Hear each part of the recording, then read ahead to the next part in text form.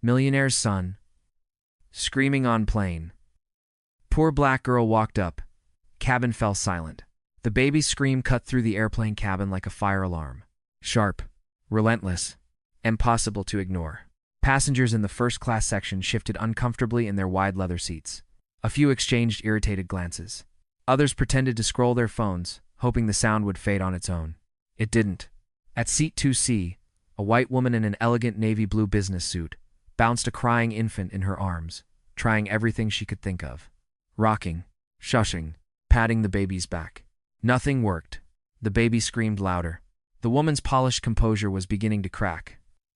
Her hair was perfectly tied back, her blazer immaculate, but the panic in her eyes betrayed her. Across the aisle, a man in a charcoal suit leaned toward his companion and muttered under his breath, "Is anyone going to do something about that?" Another passenger sighed loudly.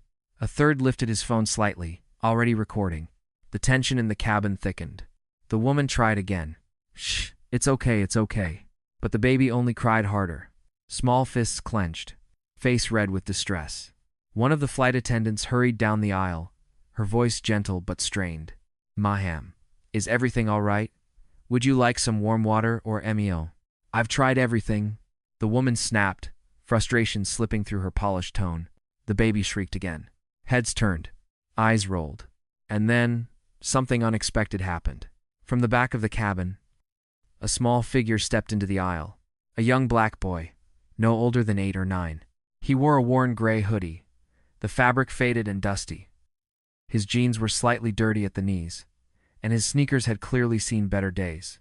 He looked completely out of place among the expensive suits and polished shoes of the first-class passengers. But the boy walked forward anyway. Slowly, calmly, passengers watched him with confused expressions. One man frowned. "Where are this kid's parents?" A woman whispered to her husband, "Is he supposed to be up here?" The boy didn't respond. His eyes were fixed on the crying baby. He stopped right in the middle of the aisle, directly across from the woman holding the infant. Then he gently raised his hands, palms open, and said 3 simple words, "Let me help." The cabin fell silent, not because the baby stopped crying, but because no one expected those words to come from him. The woman in the blue suit stared at him, clearly stunned. A few passengers exchanged skeptical looks.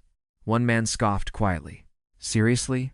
The flight attendant hesitated, unsure what to do. The boy didn't move. He simply stood there, calm, focused, watching the baby, and somehow, his calmness seemed almost contagious. For a brief moment, even the baby's screaming seemed less chaotic. Before we continue, where are you watching from? Drop your city or country in the comments below. And if you believe in dignity and justice, hit like and subscribe. These stories spark change, and we're glad you're here. Now, back to the boy in the gray hoodie. The woman looked down at him again. Up close, she could see the dust on his sleeves, the worn laces on his sneakers, the quiet confidence in his eyes. "Sweetie," she said carefully, forcing a polite smile, "you should go back to your seat." But the boy didn't step back. He looked directly at the baby, then at her, and said something that made the flight attendant's expression instantly change. "You're holding him wrong." The aisle went quiet again. The woman in the navy blue suit blinked in disbelief. For a moment, she wasn't even sure she had heard the boy correctly. "You're holding him wrong." The words hung in the air between them. The baby was still crying sharp, breathless cries that seemed to rattle through the entire first-class cabin. Several passengers leaned forward in their seats. The flight attendant froze halfway down the aisle, unsure whether to intervene or let the strange moment unfold. The woman looked down at the boy again. Up close, she noticed something she hadn't seen before. His eyes, they weren't nervous. They weren't curious. They were focused, like someone studying a problem. "Excuse me?" she said, her voice tight with exhaustion. The boy pointed gently, not rudely, just matter of fact, at his neck. The woman instinctively tightened her hold on the baby. "What about it?" The boy took one small step closer. The passengers around them shifted uncomfortably, some whispering under their breath. One man in a suit shook his head. "This is ridiculous." Another passenger quietly lifted his phone higher, recording, but the boy didn't even glance at them. His attention stayed locked on the baby. "You're squeezing here," he said softly, pointing near the infant's shoulder and neck. "He can't relax like that." The woman frowned. "I'm his mother," she replied sharply. "I think I know how to hold my own child."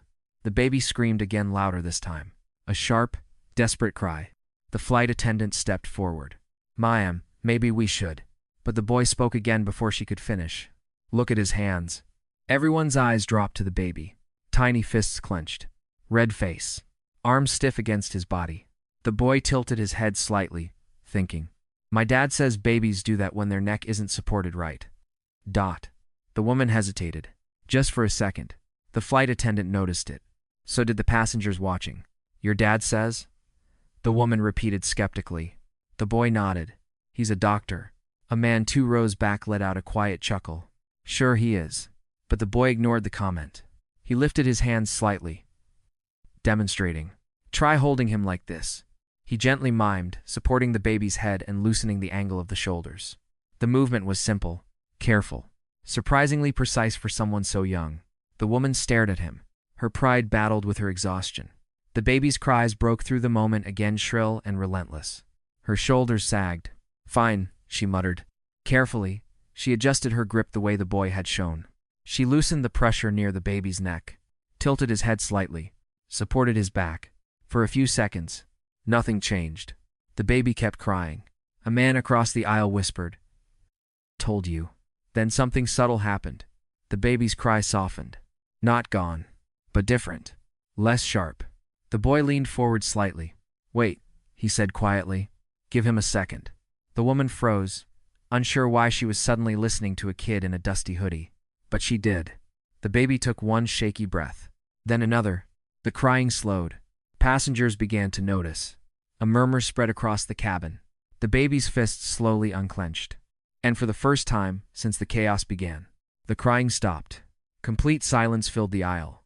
Dozens of eyes shifted from the baby to the boy. The flight attendant blinked in shock. "How did you?" Before she could finish her question, a voice from the back of the cabin suddenly spoke. A deep voice. Surprised. "Wait a minute." The man leaned forward in his seat, staring at the boy. "I know that kid." The man leaned forward in his seat, squinting at the boy like he was trying to pull a memory out of the fog. "I know that kid." The words traveled down the aisle like a ripple. Passengers turned toward him. The man unbuckled his seatbelt slightly and leaned farther into the aisle, pointing toward the boy. Yeah, I've seen him before." The flight attendant looked confused. "I'd in the devil bin." But the man kept staring at the boy. "Last year, Boston Medical Conference." A few passengers exchanged puzzled glances. The woman in the navy suit frowned. "Medical conference?" The man nodded slowly. "I was there for a biotech investment panel. And never went as sim bad." He studied the boy again, his voice growing more certain. "That's him." The boy shifted his weight slightly, but said nothing. The baby in the woman's arms was now breathing quietly, tiny chest rising and falling in soft rhythm. A miracle compared to the chaos just moments earlier. But now the attention in the cabin had shifted. From the crying baby to the quiet boy in the gray hoodie. The man finally leaned fully into the aisle. "What's your name, kid?" "What's your name, kid?" The boy looked at him calmly. Malik. Malik. The name seemed to click something in the man's mind. His eyes widened. Malik Carter. Malik Carter. A low murmur spread across the first-class cabin. One passenger whispered to another, "Carter?" The man snapped his fingers once. "That's right." He turned to the passengers around him. "That's Dr. Carter's son." The reaction was instant. Confused whispers spread through the cabin. "Which doctor? Carter? The pediatric specialist? The one on TV?" The man nodded quickly. "Yes. Dr. Elijah Carter." The name landed like a stone in still water. A few passengers straightened in their seats. The flight attendant's eyebrows shot up. The woman holding the baby blinked in surprise. "I'm sorry, who?" "I'm sorry." The man leaned back slightly, but kept his eyes on Malik. "Dr. Elijah Carter, chief pediatric neurologist at Children's Memorial Hospital. And never time. He's the guy who redesigned neonatal breathing protocols." Now the reaction was different. Recognition. A woman across the aisle gasped quietly. "Oh my God. I go Prudent. I saw him on a documentary." Another passenger leaned forward. "The infant airway study. Yes. And a Dyer. It wasn't said." The flight attendant covered her mouth slightly, stunned. "That doctor?" The man nodded again. "That doctor." All eyes slowly returned to the boy, standing calmly in the aisle. Malik scratched the side of his sleeve, like the sudden attention didn't interest him much. The woman in the navy suit looked down at her now peaceful baby, then back at Malik. "You're telling me," her voice softened. "Your father, is that Dr. Carter?" Malik shrugged lightly. "He's just my dad." A couple passengers chuckled quietly, but the man in seat 3A shook his head in disbelief. No wonder the kid knew exactly what was wrong. "We're comp for mana?" The flight attendant crouched slightly to Malik's height now, her tone completely different. "Gentle, respectful. Is your father on this flight with you?" Malik nodded toward the back of the plane. "Yeah." Passengers instinctively turned to look down the aisle. Rows of faces. Business travelers. Tourists. Families. But no one immediately stood out. The man in 3, whispered quietly. "If Elijah Carter is on this plane." He let the thought hang unfinished. The woman in the navy suit looked down at Malik again, her earlier skepticism completely gone. "You just helped my son breathe." Her voice trembled slightly now. "Thank you." "Thank you." Malik shrugged again. He just needed space. The baby let out a soft sigh, almost like he agreed.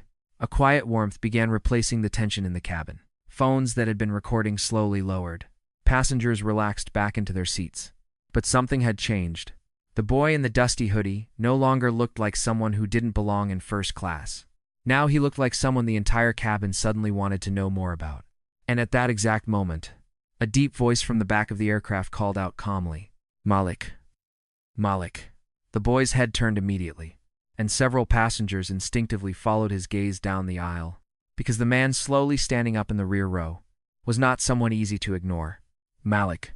If you now think more, Mayor." The voice came from the back of the cabin, deep, calm, unhurried, the kind of voice that didn't need to be loud to command attention. Malik turned immediately. "Yeah, Dad. Friesen people."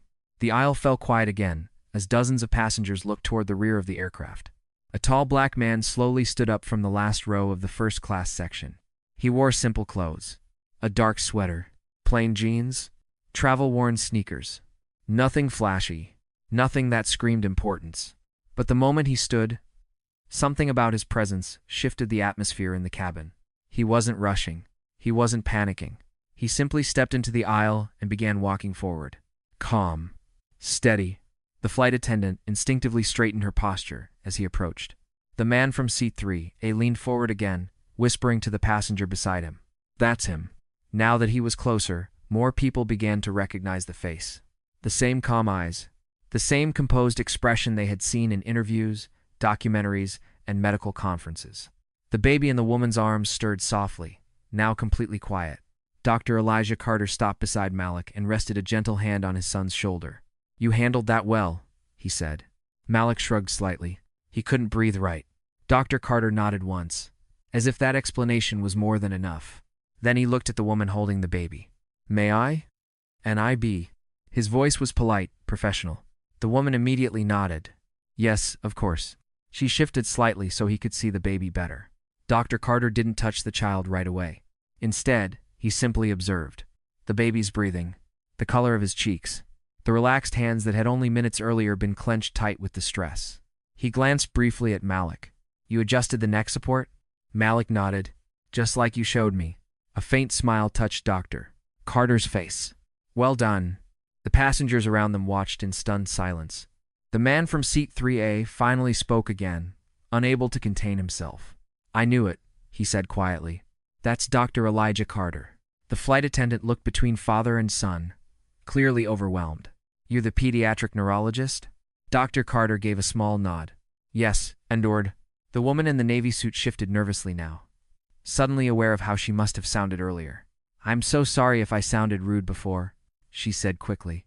"I didn't realize." Dr. Carter raised a gentle hand. "There's no need to apologize." His voice remained calm. "You were worried about your child. That's normal." The woman looked down at her baby, now sleeping peacefully against her shoulder. Her eyes began to glisten slightly. "He wouldn't stop crying," she whispered. Dr. Carter nodded. "Airway discomfort can make infants panic. It happens more often than people think." "Maximer?" The flight attendant leaned closer. "Should we notify the captain or request medical assistance on landing?" Dr. Carter shook his head. "No need." He gestured toward Malik. "My assistant already handled the emergency."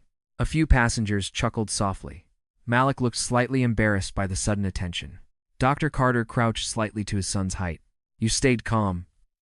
On. Malik shrugged again. You always say babies feel panic. Dr. Carter smiled. That's right.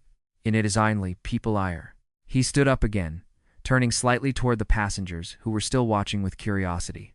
The tension that had filled the cabin earlier had completely transformed. Now the atmosphere felt lighter, warmer, respectful. The woman in the navy suit looked at Malik again. You helped my son when no one else knew what to do. Her voice trembled slightly. Thank you. Malik nodded politely. You're welcome. But the moment of calm didn't last long. Because from the opposite side of the aisle, a sharply dressed businessman suddenly spoke up. His voice carried a hint of irritation. Well, that's great and all. He crossed his arms. But can someone explain why a kid who looks like he just came out of coach was wandering around first class in the first place? The cabin fell silent again. The tension returned suddenly, sharply, and several passengers slowly turned to look at him. The businessman's voice sliced through the calm like a blade. Well, that's great and all. He leaned back in his seat, arms folded tightly across his expensive suit. But can someone explain why a kid who looks like he just came out of coach was wandering around first class in the first place? The words landed hard. The warmth that had begun to settle over the cabin instantly cooled. Several passengers shifted uncomfortably. Some glanced down at their phones. Others looked straight ahead, pretending they hadn't heard anything. But everyone had. Dr. Elijah Carter didn't react immediately. He simply turned his head slowly toward the man.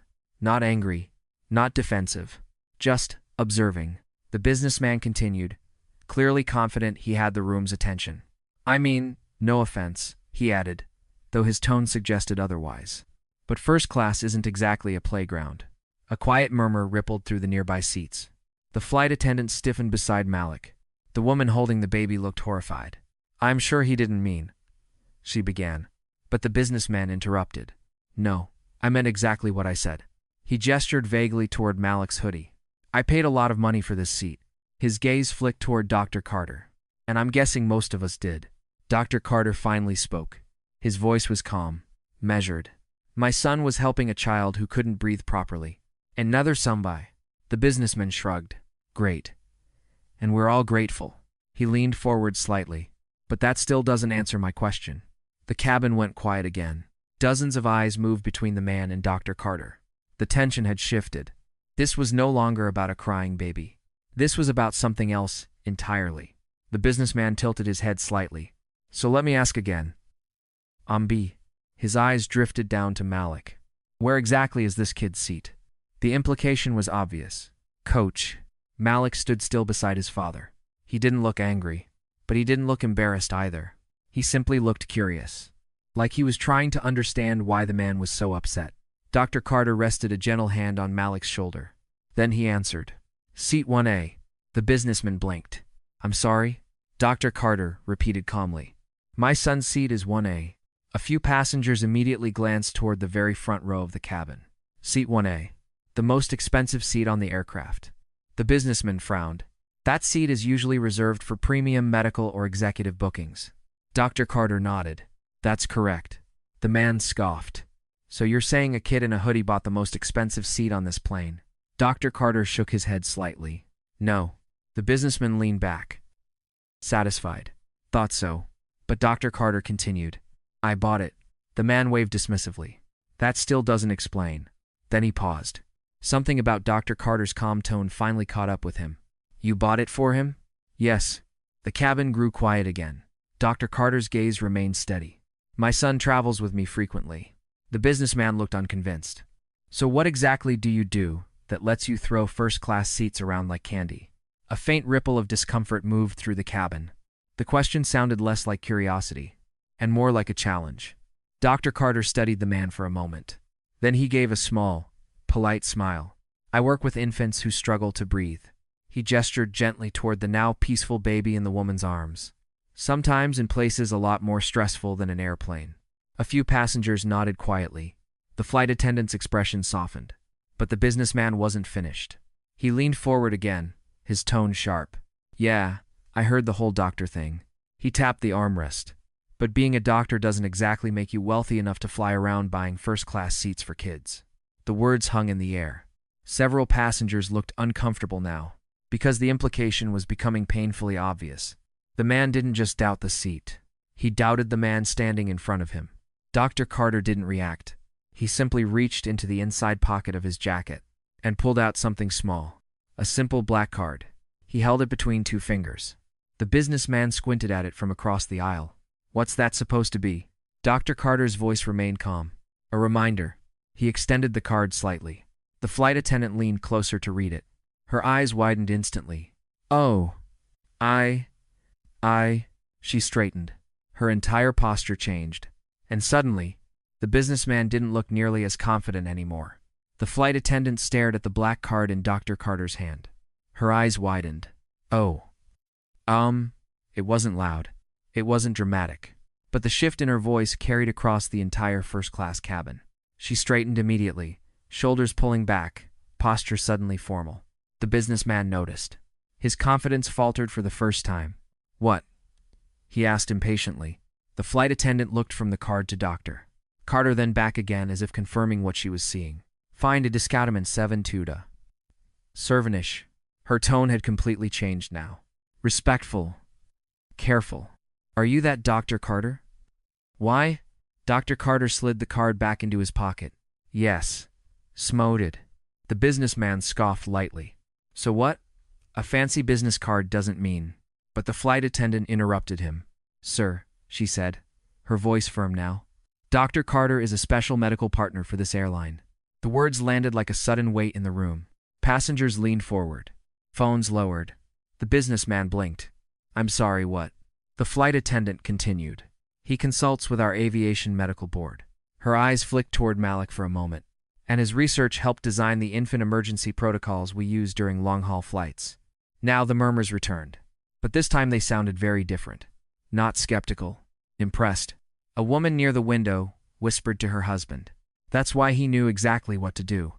The man from seat 3 nodded slowly. "I told you." The businessman shifted uncomfortably in his seat. "That still doesn't explain the seat." Dr. Carter tilted his head slightly. "You're right." The businessman leaned forward again, clinging to the argument. "Exactly."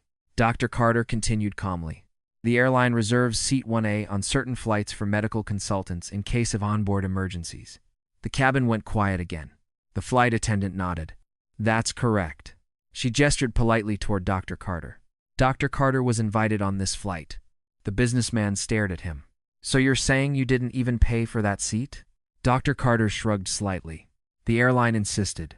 A quiet ripple of laughter moved through the cabin. The man's jaw tightened. "But the kid..." He pointed toward Malik again. "That still doesn't explain why he gets the seat." Dr. Carter looked down at his son, then back at the man. "My son travels with me when I'm invited on flights like this." The businessman opened his mouth to argue again. But Dr. Carter spoke first. "And the airline prefers he sits close." The man frowned. "Why?" Dr. Carter's expression softened slightly. "Because the answer was simple. Because he learns fast." Several passengers smiled quietly. Malik shifted awkwardly beside his father, clearly not enjoying the spotlight. The woman holding the baby spoke softly from her seat. "He just helped my child when no one else knew what to do." Her voice carried a quiet strength now. "I'm very glad he was walking through this cabin." A few passengers nodded in agreement. Even the man from seat 3A added quietly, "Best first-class service I've ever seen." More laughter followed. The businessman's face reddened. He leaned back in his seat, clearly losing the room. But something about the situation still bothered him. He stared at Dr. Carter again. "You know what?" His voice hardened. "I still think this whole thing sounds ridiculous." The cabin went quiet again. The man leaned forward, lowering his voice. You expect everyone here to believe an 8-year-old kid just solved a medical emergency on an airplane." Dr. Carter studied him for a moment. Then he gave a small, thoughtful nod. "That's fair." 10 rung. The businessman looked satisfied. Finally. But Dr. Carter wasn't finished. He crouched slightly beside Malik again. "Malik." "Malik." "Yes, Dad?"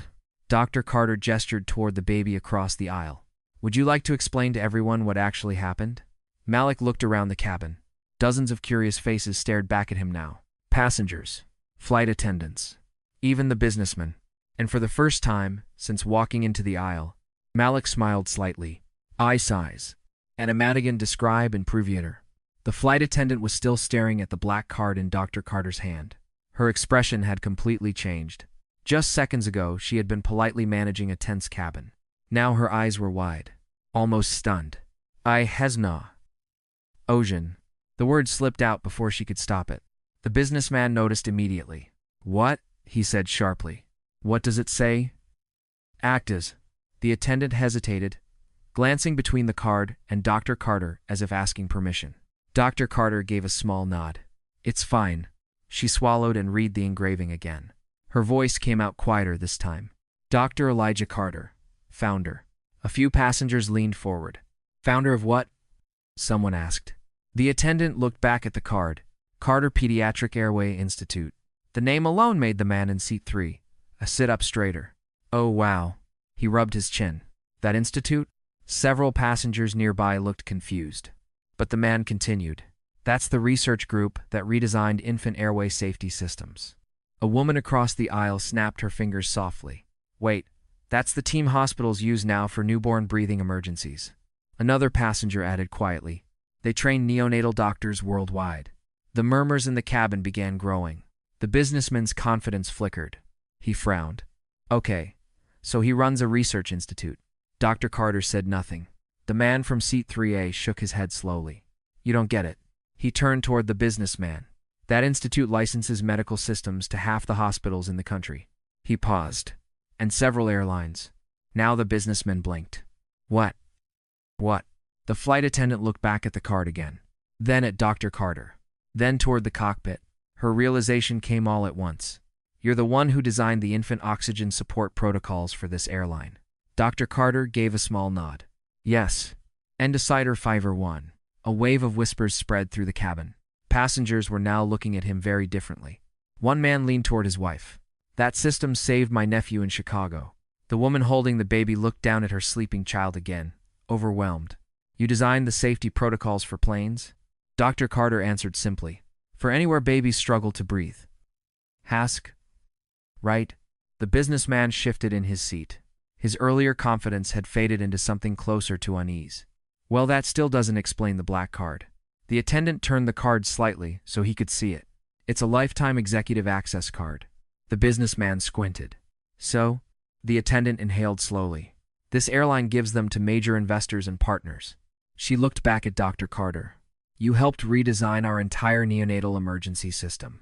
Another passenger quietly added, and probably invested in it too.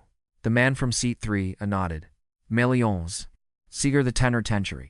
Now the businessman leaned back in his seat, suddenly quiet. Because the picture was becoming very clear. Dr. Carter wasn't just a doctor. He wasn't just a researcher. He was someone the airline itself depended on. Someone whose work literally kept infants alive in emergencies. And standing beside him was the boy who had just used that same knowledge to calm a baby mid-flight. Malik tugged gently on his father's sleeve. Dad by Mant. Dr. Carter looked down. Yeah? Malik tilted his head toward the businessman. Why is he so mad? A few passengers chuckled softly. Dr. Carter smiled faintly. Sometimes people get uncomfortable when their assumptions turn out wrong. The businessman looked away, suddenly very interested in the window beside him. But the moment wasn't quite finished yet, because the flight attendant suddenly reached for the cabin intercom. Ladies and gentlemen, she said into the microphone. Her voice carried through the entire aircraft. We'd like to thank a very special passenger today. Passengers across the cabin looked up. She glanced at Dr. Carter and Malik for helping resolve a medical situation before it became an emergency. The cabin erupted into soft applause. Malik looked surprised. Dr. Carter rested a hand on his shoulder again. But the businessman didn't clap. He simply sat there, silent, because now every passenger in the cabin understood something he hadn't realized before. The boy he had dismissed was standing next to one of the most respected pediatric airway specialists in the world, and the entire plane had just witnessed it. The cabin waited. Dozens of passengers leaned forward slightly in their seats. Some still held their phones up, recording. Others simply watched, curiosity replacing the tension that had filled the aisle minutes earlier. Malik stood quietly beside his father. For a moment, he looked smaller again. Just a kid in a worn hoodie. But the way everyone was staring at him made it clear the cabin no longer saw him that way. Dr. Carter gave his son a small nod. Go ahead. Malik glanced at the baby across the aisle. Still calm. still breathing easily against his mother's shoulder. Then he looked back at the passengers. Well, he began simply, the baby wasn't crying because he was upset. And 94 is an estimate. A loss to parity. The businessman scoffed quietly. Is this to backed? Is this to back? But Malik didn't even look at him. He was scared. First of animals. The woman in the navy suit frowned slightly. Scared? Malik nodded. When babies can't breathe right, they panic. He lifted one hand, mimicking the earlier position. You were holding him like this. The woman instinctively remembered the tight angle she had been using. Malik continued. That squeezes their airway a little. The flight attendant leaned closer, listening carefully. Malik explained calmly. When babies cry like that, they get even more tense. He pointed gently toward the baby's neck. The muscles tighten here. He demonstrated the position with his hands. And then they can't calm down. The cabin remained silent. Even the businessman stopped interrupting. Malik looked at the woman again. So when you loosened his neck and supported his head, he smiled slightly. His body relaxed. The woman stared at her now sleeping baby. You mean? Malik nodded. He just needed space to breathe? Dr. Carter watched quietly from beside him. A few passengers began nodding slowly. The explanation was simple, logical. The flight attendant finally spoke. That's exactly what our infant protocol says. Her eyes moved from Malik to Dr. Carter. The businessman shifted uncomfortably in his seat. Well, maybe the kid just got lucky. Dr. Carter looked at him calmly. Maybe. But the woman holding the baby shook her head. No. I haven't, maybe. Her voice carried a quiet certainty now. He wasn't lucky. She looked at Malik again. He understood my baby better than I did in that moment. Several passengers murmured in agreement. The man from seat 3A smiled. That's what good training looks like. Malik looked embarrassed again and glanced down at his shoes. Dr. Carter placed a hand gently on his son's shoulder. You see a problem. Malik nodded. You slow down. Dr. Carter finished the thought. And then you help. The cabin had completely changed now. Earlier it had been full of irritation, judgment, and whispers. Now there was something different. Respect. The businessman looked around and realized the room was no longer on his side. He cleared his throat awkwardly. Well, Avrama stated. He leaned back into his seat. I guess the kid did something useful after all. The comment sounded small compared to the tension he had created earlier. But no one argued, because the moment no longer belonged to him. It belonged to the boy standing calmly in the aisle. The flight attendant smiled warmly at Malik. You might have just saved this flight from a very long emergency diversion. Malik looked confused. Why? She chuckled softly. A screaming baby for 8 hours can do that. The cabin filled with light laughter. The tension finally broke. Passengers relaxed into their seats. Phones lowered. Conversations resumed. But the woman holding the baby leaned forward once more. Malik. Interest. Malik. He looked up. Yes? And if you go and... Her eyes were sincere. When he grows up... She glanced down at her sleeping child. I hope he learns to help people the way you just did. Malik shrugged slightly. My dad says helping people is just part of the job. The woman smiled. What job is that? Malik glanced up at his father. Dr. Carter smiled quietly. And for the first time, during the entire flight, the businessman leaned forward again. Curious now. Because the answer to that question was about to change the entire room one more time. The businessman leaned forward slightly. Curious now. What job is that? The question lingered in the air for a moment. Malik looked up at his father. Dr. Carter gave a quiet smile. Then he answered, helping people breathe. The words were simple, but something about the way he said them made the entire cabin pause again. The woman in the navy suit looked down at her baby, still sleeping peacefully against her shoulder. A few minutes earlier, that same child had been screaming in panic. Now he was calm, safe, breathing easily. She looked back at Malik. You're already pretty good at that job. Malik shrugged slightly, clearly uncomfortable with the attention. I'm still learning. Dr. Carter nodded beside him. That's the important part. The man from seat 3, chuckled quietly. Well, if that's what learning looks like. He gestured toward the sleeping baby. I'd say the kid is ahead of most adults. Several passengers laughed softly. Even the flight attendant smiled. The businessman shifted in his seat again. His earlier confidence had disappeared completely now. He cleared his throat awkwardly. Well, I guess I misjudged the situation. No one said anything, but the silence itself carried a quiet weight. Dr. Carter didn't confront him. He didn't lecture him. He simply nodded once. It happens. One of the ride and from. The businessman looked down at the floor. For the first time since the argument started, his voice sounded smaller. Still, the kid did something impressive. Malik glanced at him. You could have helped too. The comment caught the man off guard. What do you mean? Whined. Malik shrugged again. You were sitting closer than I was. A few passengers hid small smiles. The businessman opened his mouth, then closed it again. Because the boy wasn't insulting him. He was simply stating a fact. Dr. Carter rested a hand on Malik's shoulder again. Sometimes people freeze when they don't understand what's happening. He looked toward the businessman. And sometimes they speak before they think. The man nodded quietly. Yeah, I guess I did. Across the aisle, the woman holding the baby leaned forward again. Malik? Malik. He turned toward her. Yes? She smiled warmly. If my son ever panics like that again, I'll remember what you taught me. Malik nodded. Just make sure he has space to breathe. Thanks for watching. The baby stirred slightly in her arms, letting out a small, sleepy sigh. The entire cabin relaxed again. The flight attendant returned to the front galley, shaking her head in disbelief. Best mid-flight medical assist I've ever seen, she whispered to another crew member. Passengers slowly settled back into their seats. Conversations resumed. Seatbelts clicked. The plane hummed steadily through the sky. But one thing had clearly changed. The boy in the worn hoodie no longer looked out of place in first class. Not to anyone in that cabin.